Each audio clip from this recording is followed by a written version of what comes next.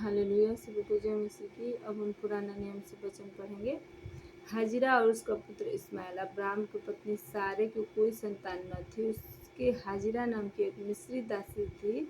सारे ने अब्राहम से कहा कि देख, यहोवा ने तो मेरी कोख बंद कर रखी है, इसलिए मैं तुझसे विनती करती हूँ कि तू मेरी दासी के पास जा। संभव है कि मेरा घर उसके द्वारा बस जाए। सारे की यह बात अब्राहम ने मान ली। इसलिए जब अब्राहम को कनान देश में रहते 10 वर्ष बीत चुके, तब उसकी स्त्री सारे ने अपनी मिस्री दासी हाजिरा को लेकर अपने पति अब्राहम को दिया। वह उसकी पत्नी हो गई। वह हाजिरा के पास गया और वह गर्भवती हुई। जब उसने जाना कि वह गर्भवती है, तब वह अपनी स्वामिनी को तुच्छ दृष्टि से देखने लगी। तब सारे ने अब्राहम से कहा कि जो मुझ पर उपद्रव हुआ वह तेरे ही सिर पर हो। मैंने तो अपनी दासी को तेरी पत्नी कर दिया, पर उसने जाना कि वह गर्भवती है, तब वह मुझे तुच्छ समझने लगी। इसलिए हुआ मेरे और तेरे बीच में न्याय करे। अब्राहम ने सारे से कहा कि देख, तेरी दासी तेरे बस में है, जैसा तुझे लगे वैसा ही उसके साथ कर। तब सारे उसको दुख देने लगे और उसके सामने से भाग गई। हालेलुया। मेरे प्रिय, यहाँ हम परमेश्वर के वचन में पढ़ते हैं तो ये समझते हैं कि जैसे प्रभु ने आदम को बनाया और उसे अपने अधीनगी में रहने के लिए कहा, तो आदम तो प्रभु की बातों को मानता था। लेकिन जब प्रभु ने आदम के बीच से हव्वा को निकाला, तो जो हव्वा थी आदम के बीच से निकाली गई थी, वो एक कमज़ोर कड़ी थी।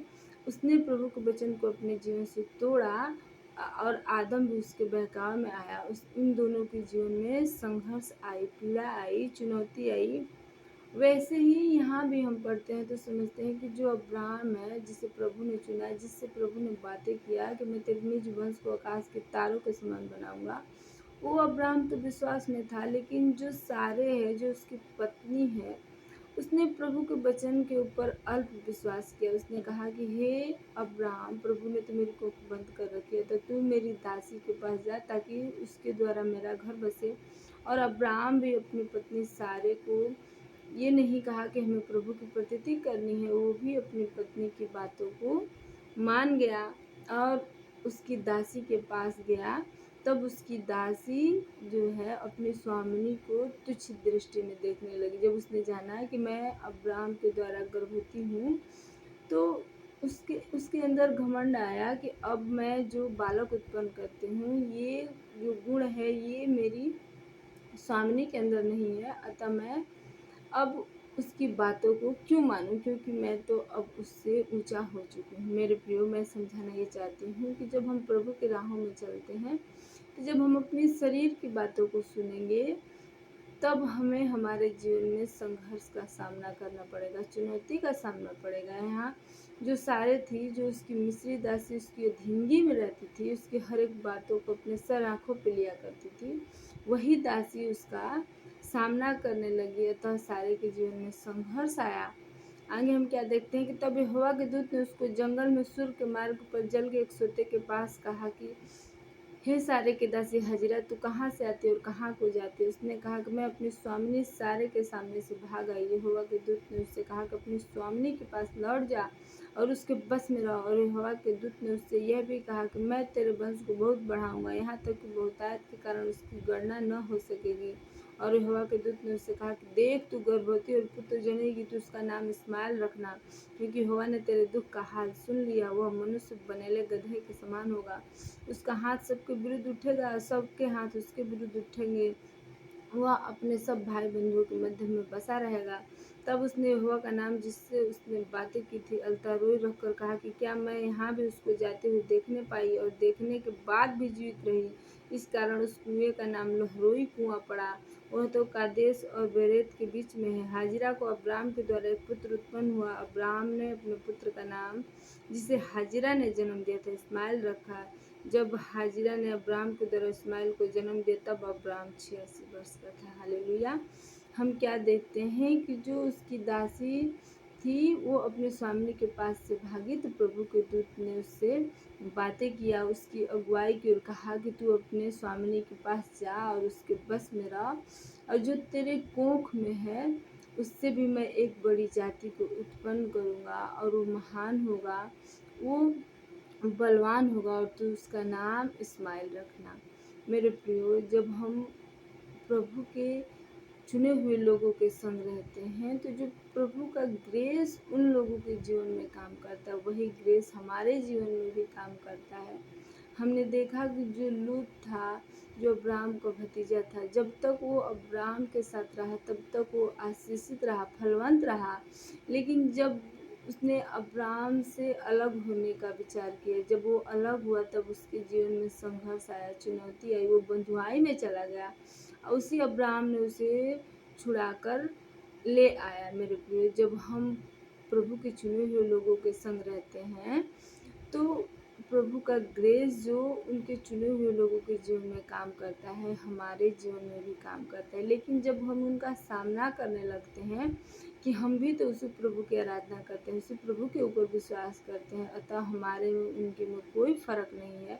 जब हम अपने जीवन से उन लोगों की बराबरी करने लगते हैं जिन्हें प्रभु ने चुना है और ठहराया है अपने कामों को करने के लिए, तब हम अपने जीवन में संघर्ष को लेते हैं। क्योंकि यदि प्रभु के चुने हुए का हम अनादर करते हैं तो हम प्रभु के उस ग्रेस का भी अनादर करते हैं, जो ग्रेस उनके चुने हुए लोगों के जीवन में काम करता है, अतः हम संघर्ष में चले जाते हैं। यहाँ जब ये दासी जो हाजिरा थी, जो अपने स्वामी के अंडर में उसे रहना चाहिए, जब वो भागी तो प्रभु के दूत ने उसकी अगुवाई की, क्योंकि उसके जो गर्भ में था वो प्रभु के चुने हुए अब्राहम की वंशज था। अतः प्रभु की दया उनके जीवन में बनी रही है, प्रभु ने उनकी अगुवाई की और उन्हें बचाया। हम आगे पढ़ते हैं। वाचा का चिन्ह और खतना। जब अब्राहम 99 वर्ष का हो गया तब यहोवा ने उसको दर्शन देकर कहा कि मैं सर्वशक्तिमान ईश्वर हूँ,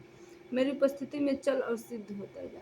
मेरे प्रियो, हमने पढ़ा कि जब अब्राहम की जो औलाद हुई, जो प्रभु की मर्जी नहीं थी, उन लोगों की मर्जी थी, उस शरीर की इच्छा के अनुसार हुई, उसका नाम इस्माइल रखा गया और वो 86 वर्ष का था। आगे हम पढ़ते हैं कि अब प्रभु जो है उसने अब्राहम को दर्शन दिया और कहा कि हे अब्राहम, मेरी उपस्थिति में चलता जा और सिद्ध होता जा। मेरे प्रिय, प्रभु ने अब्राहम से कहा कि हे अब्राहम, अब से तू मेरे वचन को मान और तेरे जीवन में जो कमियां हैं उसे तू दूर कर, तेरे जीवन में जो अल्प विश्वास है उसे तू खत्म कर। वचन में लिखा है कि सिद्ध होता जा। सिद्ध होने का मतलब कि हमें अपने जीवन की कमियों को दूर करना। मेरे प्रिय, हमारे आत्मिक पिता कहते हैं कि हमारे जीवन की कमियों को हम अच्छे से समझते हैं कि हमारे जीवन में किन चीज़ों की कमी है, हम किन कमियों के कारण प्रभु की निगाहों में सिद्धता में नहीं चल रहे हैं। या तो हमारे जीवन में प्रार्थना की कमी है, वचन न पढ़ने की कमी है, प्रार्थना उपवास की कमी है, या झूठ की कमी है। कौन सी हमारी कमी है जिसके कारण हम प्रभु की नज़रों में सिद्ध नहीं। अतः हम अपने कमियों को जानते हैं। प्रभु ने भी वही अब्राहम से कहा कि हे अब्राहम, तू अपनी कमियों को अपने जीवन से निकाल दे ताकि मैं तेरे जीवन में काम कर सकूं। मैं तेरे साथ वाचा बांधूंगा और तेरे वंश को अत्यंत ही बढ़ाऊंगा। तब अब्राहम मुंह के बल गिरा और परमेश्वर उससे यूं बातें करता गया। फिर अब्राहम जो था वो प्रभु की उपस्थिति में उसने दंडवत किया। प्रभु उससे बातें करते, देख मेरी वाचा तेरे साथ बंधी रहेगी, इसलिए तू जातियों के समूह का मूल पिता हो जाएगा। इसलिए अब से तेरा नाम अब्राहम न रहेगा परंतु तेरा नाम अब्राहम होगा, क्योंकि मैंने तुझे जातियों के समूह का मूल पिता ठहरा दिया। प्रभु ने अब्राहम से कहा कि हे अब्राहम, मैं तेरे साथ वाचा बांधता हूँ कि तू जातियों का मूल पिता होगा। अब से तेरा नाम अब्राहम न रहेगा, अब्राहम होगा। मैं तुझे अत्यंत फलवंत करूँगा और तुझको जाति जाति का मूल बना दूंगा और तेरे वंश में राजा उत्पन्न होंगे। प्रभु ने अब्राहम से कहा कि हे अब्राहम, मैं तुझे फलवंत करूँगा, ऊंचा करूँगा, श्रेष्ठ करूँगा और तू जाति जाति का तुझे मूल बना दूंगा, अगुआ बना दूंगा। आगे परमेश्वर को वचन मिलकर, और मैं तेरे साथ और तेरे पश्चात पीढ़ी पीढ़ी तक तेरे वंश के साथ भी इस आशय कि युग युग की वाचा बांधता हूँ कि मैं तेरा और तेरे पश्चात तेरे वंश का भी परमेश्वर होगा। प्रभु ने अब्राहम से वादा किया कि हे अब्राहम, तू जाति जाति का मूल होगा, मैं तेरे संग रहूँगा और अब से मैं वाचा बांधता हूँ कि मैं तेरा और तेरे वंश का भी परमेश्वर ठहरूंगा और मैं तुझको तेरे पश्चात तेरे वंश को भी सारा कनान देश जिसमें तू परदेशी होकर रहता इस रीति से दूंगा कि वह युग युग उनकी निज भूमि रहेगी और मैं उनका परमेश्वर हूँगा। प्रभु ने कहा कि मैं तेरे और तेरे वंश को ये भूमि दूंगा। फिर परमेश्वर ने अब्राहम से कहा कि तू भी मेरे साथ बांधी हुई वाचा का पालन करना, तू और तेरे पश्चात तेरा वंश भी अपनी अपनी पीढ़ी में उनका पालन करे। मेरे साथ बांधी हुई वाचा जिसका पालन तुझे और तेरे पश्चात तेरे वंश को करना पड़ेगा वह यह है कि तुम में से एक एक पुरुष का खतना हो। तुम अपनी अपनी खलड़ी का खतना करा लेना। जो वाचा मेरे और तुम्हारे बीच में है उसका यही चिन्ह होगा। प्रभु ने अब्राहम से कहा कि हे अब्राहम, तुम लोग खतना कराना और इस वाचा को तुम्हारी पीढ़ी पीढ़ी के लोग भी मानते रहें। पीढ़ी पीढ़ी में केवल तेरे वंश ही के लोग नहीं, पर जो तेरे घर में उत्पन्न हुआ हो अथवा परदेशियों से रूपा देकर मोल लिया जाए, ऐसे सब पुरुष भी जब 8 दिन के हो जाए तब उनका खतना किया जाए। जो तेरे घर में उत्पन्न हो अथवा तेरे रूपे से मोल लिए जाए उसका खतना अवश्य ही किया जाए। इस प्रकार मेरी वाचा जिसका चिन्ह तुम्हारी देह में होगा वह युग युग रहेगी। जो पुरुष खतना रहित रहे अथवा जिसके खलड़ी का खतना न हो वह अपने लोगों में से नष्ट किया जाए, क्योंकि उसने मेरे साथ बांधी हुई वाचा को तोड़ दिया। फिर परमेश्वर ने अब्राहम से कहा कि तेरी जो पत्नी सारे है उसको तू अब से सारे न कहना, उसका नाम सारा होगा। मैं उसको आशीष दूंगा और तुझको उसके द्वारा एक पुत्र दूंगा। मेरे प्रिय प्रभु ने अब्राहम से कहा कि हे अब्राहम, अब से तेरा नाम अब्राहम नहीं अब्राहम होगा, और जो तेरी पत्नी सारे है तू उसे सारे न कहना, उसका नाम सारा होगा, क्योंकि वो जाति जाति की मूल माता हो जाएगी। मैं उसके द्वारा ही तेरा निज वंश जो होगा उसे उत्पन्न करूंगा। तब अब्राहम मुँह के बल गिरा और हंसा और मन ही मन में कहने लगा कि क्या 100 वर्ष के पुरुष के भी संतान होगी? क्या सारा जो 90 वर्ष की है पुत्र जनेगी? आगे लिखा, और अब्राहम ने परमेश्वर से कहा कि इस्माइल तेरी दृष्टि में बना रहे यही बहुत है। तब परमेश्वर ने कहा कि निश्चय तेरी पत्नी सारा से तुझे एक पुत्र उत्पन्न होगा, तू उसका नाम इस्माइल रखना, और मैं उसके साथ ऐसी वाचा बांधूंगा जो उसके पश्चात उसके वंश के लिए युग युग की वाचा होगी। मेरे प्रियो, हम क्या देखते हैं कि जो अब्राहम है वो प्रभु की बातों को सुनकर हंसा और कहा कि हे प्रभु, अब मैं जो 100 वर्ष का हो गया हूँ, मैं जो बूढ़ा हो गया, मेरी पत्नी 90 वर्ष की हो गई है, तो क्या अब हमारे निज वंश होंगे? नहीं प्रभु, आपकी दृष्टि में इस्माइल बना रहे वही मेरे लिए काफ़ी। मेरे प्रिय, हम क्या देखते हैं कि जो अब्राहम है वो प्रभु से इतना प्रेम करता है कि उसे अपनी आशीष के लिए कोई चाहत नहीं है कि प्रभु मेरे जीवन में मेरी ही निज औलाद होगी तो ही मैं आपकी राहों पे चलूँगा। वो कहता है कि नहीं नहीं प्रभु, आपकी दृष्टि में इस्माइल ही बना रहे वही मेरे लिए काफ़ी है। लेकिन प्रभु ने कहा कि नहीं, मैं तेरे पत्नी के द्वारा ही तेरे निज वंश को उत्पन्न करूँगा। उसी के साथ ही मेरे मैंने जो तुझसे वाचा बांधी है वो वाचा उसी औलाद के साथ ही मैंने बांधी है। इस्माइल के विषय में भी मैंने तेरी सुनी है, और मैं उसको भी आशीष दूंगा, उसे फलवंत करूंगा, अत्यंत ही बढ़ा दूंगा।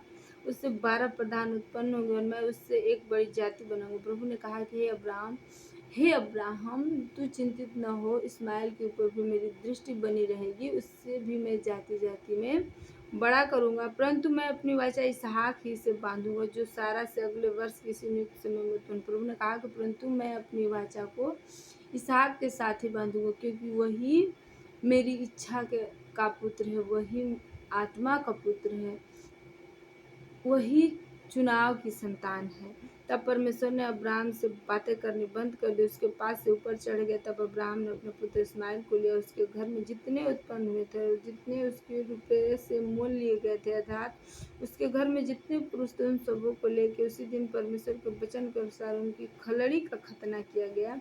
जब अब्राहम की खलड़ी का खतना हुआ तब वह 99 वर्ष का था। जब उसके पुत्र इस्माइल की खलड़ी का खतना हुआ तब वह 13 वर्ष का था। अब्राहम और उसके पुत्र इस्माइल दोनों का खतना एक ही दिन हुआ, और उसके घर में जितने पुरुष थे जो घर में उत्पन्न हुए थे तथा जो परदेशियों के हाथ से मोल लिए गए थे, सबका खतना उसी के साथ हुआ। मेरे प्रियो, हम प्रभु के वचन में समझते हैं कि जो हमारे जीवन में काम प्रभु की योजना के अनुसार होती है, प्रभु की निगाहें भी उन्हीं पे लगी रहती है।